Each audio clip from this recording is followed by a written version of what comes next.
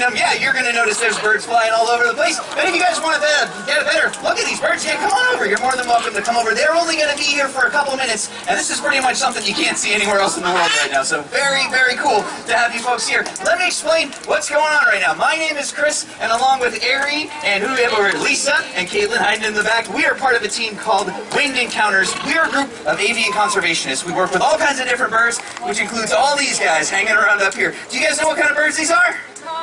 They're macaws. I heard people say parrots as well. Both correct answers. These are all different species of South American macaws that just flew in to hang around with you guys. Let me introduce the different ones for you. We've got these bright red birds with yellow on their wings. Those guys are called scarlet macaws. Next to the scarlet macaw in the front, the one that's blue and yellow is called a blue and yellow macaw. That's an easy one to remember. There's also an all-green bird hanging around back over there, back behind Ari, called a military macaw. His name is Da Vinci. These big red birds hanging around back by Ari, well, the ones that are blue and yellow are called blue and yellow macaws. What do you think we call the ones that have green wings?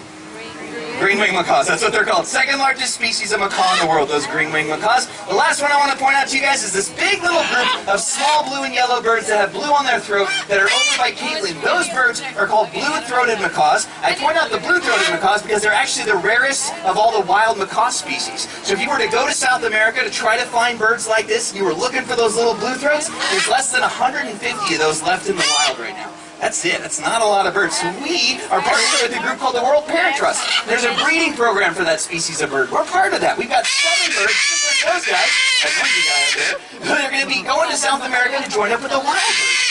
We get to do stuff like that because of people like you. Now, when you guys come here today, part of your admission fee is a donation to the Disney Conservation Fund. And what DCF does is great work protecting wild animals and wild places all over the world. You guys are a part of that just by being here. Super, super cool. Now, speaking of super cool, many of you got to see these birds fly in when they showed up. They live in an aviary about a half a mile from here, and that's where they're going to be flying back to in just a minute. So if you guys have cameras or video cameras and you want to see birds in flight again, yeah, you definitely want to have those up. This only happens a couple times a day. We're going to be doing it one more time today at 2 o'clock if you want to get more of a good look at birds flying all over the place, giving you guys a chance to see what these birds look like up close and personal. So in just about a minute, they're going to be doing that flight. They come out here, get lots of treats, fly back home, get lots of treats for doing that. Any of you guys ever hear of positive reinforcement training before?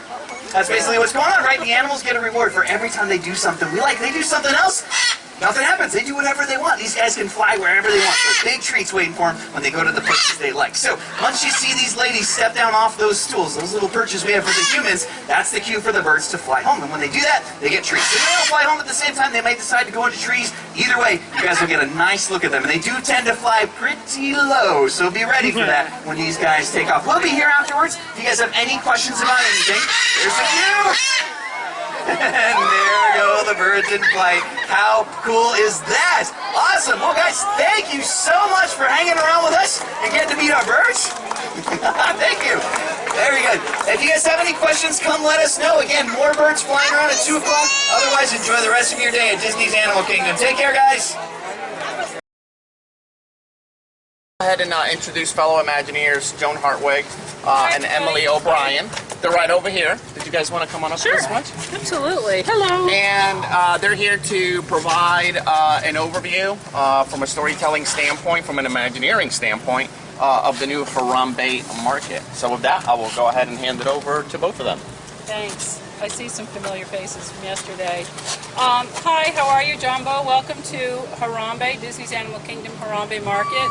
This is the newest addition to Animal Kingdom, and Harambee Market is an extension of the existing Harambee Village. It really rounds out the flavor of Harambee Village. Now we have some distinct districts that include the theater district, where you can see Festival of the Lion King, or take a ride out to the safari on Kilimanjaro Safari attraction, and now enjoy some fabulous food and beverages at Harambe Market. And the story behind Harambe Market is really a reflection of East African village. Ours was loosely based on Lamu and Mombasa, Kenya, and Zanzibar, which are very confluence of cultures, mainly Swahili culture, and that's reflected in the architecture, all of the surfaces, colors, textures, eventually tastes of that area of the world. Sorry about that. Sorry about that noise. It's okay, it's an active site. We're getting ready to that's open the by, real deal. you know, Yeah, summer. exactly, yeah. So Yeah. how much traveling to there did you have to do? Well, I did have the privilege of going to Lamu and Mombasa with another team member, and previously when the park first opened, original team members were able to travel to that part of the world. And because our Africa, our Asia are based on current day, it was interesting to see even the change in photos from 15 years ago or 20 years ago, and our trip was, I think, now 2 years ago. So we were able to, I mean, I recognized buildings when I went to Lamu, corners that I'd seen in reference photos and online, but being able to see it in the photos, being able to be immersed in that environment, and of course it's our intent to create that immersive environment for our guests, is really critical to our research process at Imagineering. Cool. It was very cool. It was really fun. So what's going to be in here exactly? Like how many restaurants or? Well, basically, let me get into that a little bit. Really, the idea of this marketplace, it's a vibrant, energetic place. It is very authentic feeling based on my experience. And these shade structures will eventually cover 220 additional dining seats at the restaurant.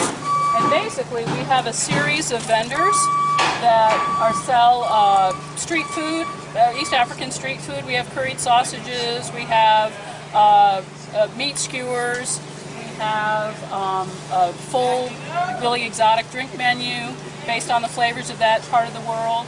And so guests will be able to order and pick up from these windows and then be able to use these areas to dine.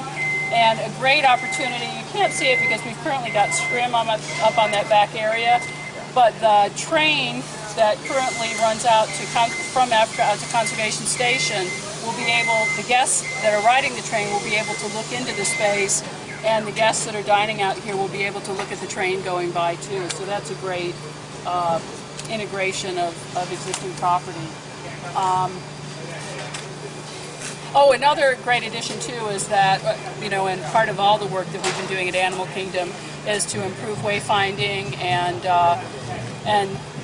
navigation for guests. And so we've created this bypass. You can't see it because we've had to cordon you off here, but we'll have a connector path that'll take you from the exit of Kilimanjaro Safari through to the path that takes you to Asia or back out to Africa.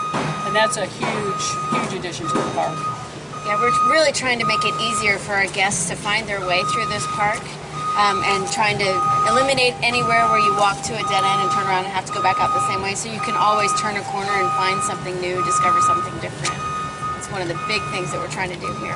Yeah, we were saying yesterday that really now Harambe approximates the size of an African village, and it's great now that you can just spend some time wandering around and discovering new things and new details in this part of the park.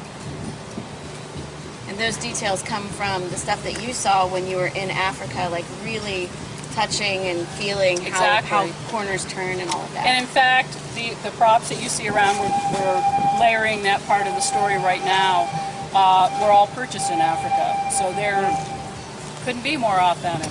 So we strive for so much authenticity here at Animal Kingdom, and so we just went straight to the source. Yeah, we wanted to feel like you were really visiting Africa, so you have that rich, warm experience, even though you're here at Animal Kingdom and not actually in Africa. Exactly.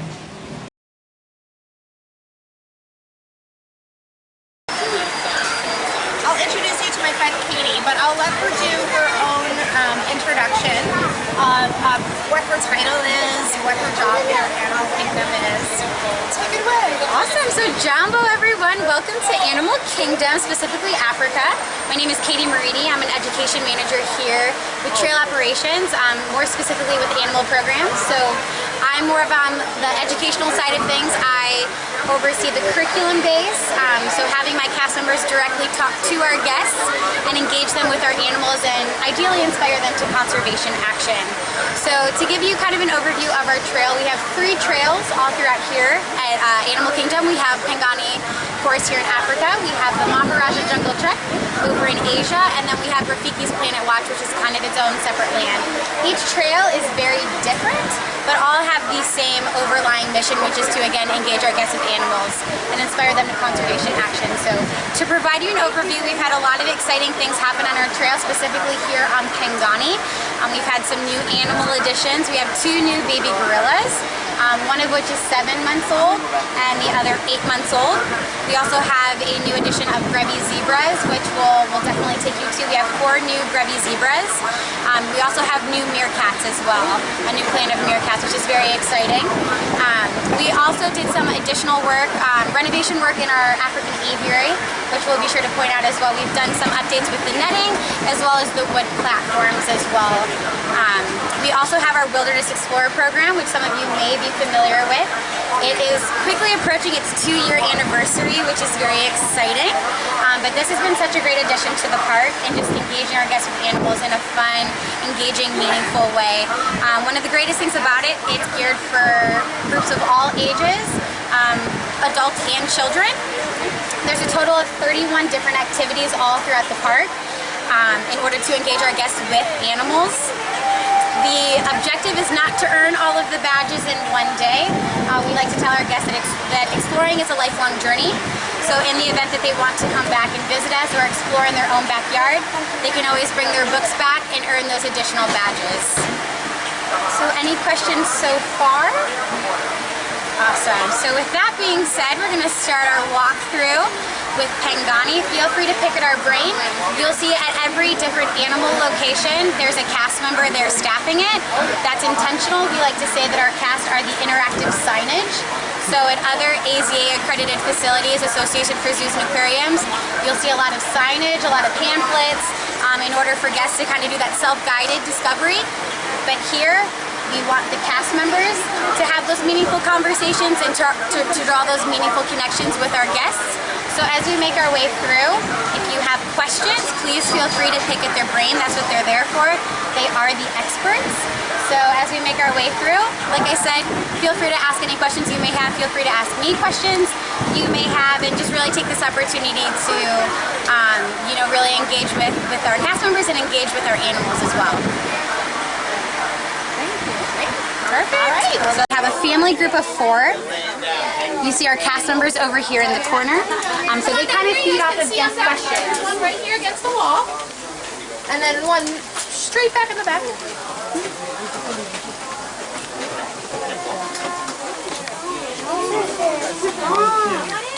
You see the call right up here. They can actually be seen on the safari as well, so you might have seen them as you were making your way through. They're very solitary animals, so much so they weren't discovered until 1901. But here you have great visibility. The rest of the family away, you would find out. So through that species survival plan that I was talking about earlier, we can estimate when that breeding season will be. And believe it or not, in these nests, there was one up here, the hammer cat but we put camera traps inside of the nest. It's a non-invasive way in order to study animal behavior, but also study whether or not any eggs were laid. Well, what about a nest that you don't know about? Although, like Katie, you can tell me you know every nest? I do not, but our keepers do. They inventory Really? 3 times. It's Joe Love. Yeah, Joe Love. And there's your white That one, look at you guys.